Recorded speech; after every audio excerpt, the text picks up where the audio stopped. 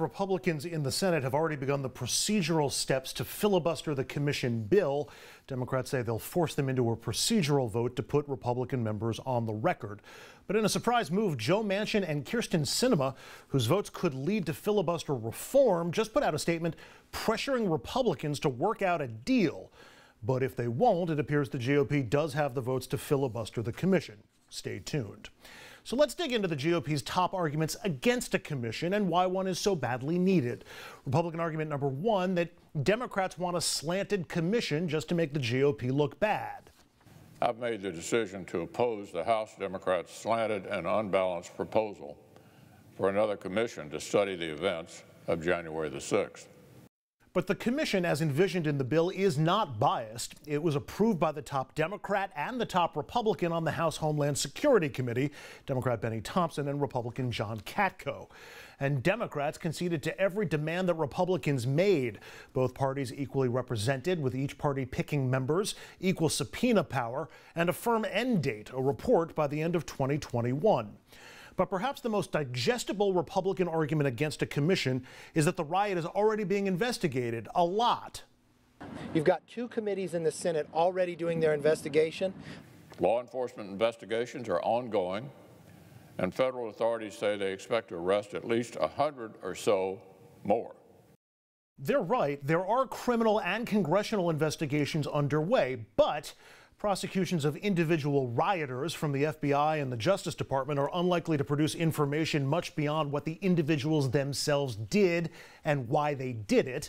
And the Senate hearings have been focused more on Capitol security and other security responses. And those investigations are likely to get bogged down in politics and still won't answer the most important unanswered questions about the riot and what led to it, including, was law enforcement unprepared for the riot? And if so, why? A question that should include the National Guard's response. The Capitol and D.C. police response was among the topics of a recent House hearing, which broke down into allegations, denials, and partisan bickering. It's also the hearing where a Georgia Republican compared rioters to tourists. And there's simply no way to address shortcomings in the National Guard response without getting deep into top Trump officials at the Pentagon and the White House.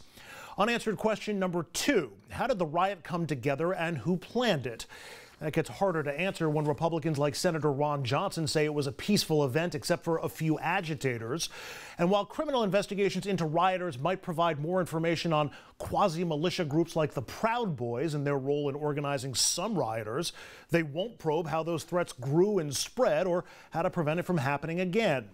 Which brings us to some unanswered questions that simply cannot be answered without a commission, and certainly not by lawmakers, including, did any lawmakers help riot leaders? This one also feels like a no-brainer when one party won't even take action against their members who harass others or are likely to face criminal indictment.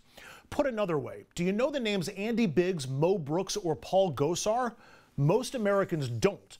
But one of the organizers of the January 6th rally named them as helping him plan the rally. Did they also help the rally turn into a riot? Congress has not and likely will not ask. Which brings up another necessary and obvious question. What did Trump do or not do to stop the riot? The only way we'll get answers to that is to put Trump under oath.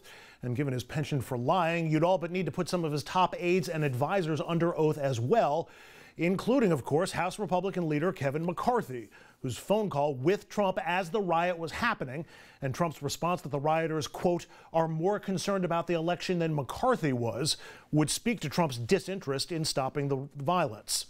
Which brings up the final big unanswered question. Why was the response from the highest levels so different when it came to Black Lives Matter protests compared to the response to the riot? There's no question the responses were different, from the show of force to the use of irritants against the BLM crowd, but not at the Capitol, to the use of helicopters. The overreaction to the protests may have impacted decision-making about the riot, but so might the political orientations of the people at the center of each, or the political reactions to each. Or that Donald Trump thought cracking down on BLM made him look good, while the rioters sought to keep him in office. Yet another set of Trump-related questions neither law enforcement nor Congress seem prepared to answer.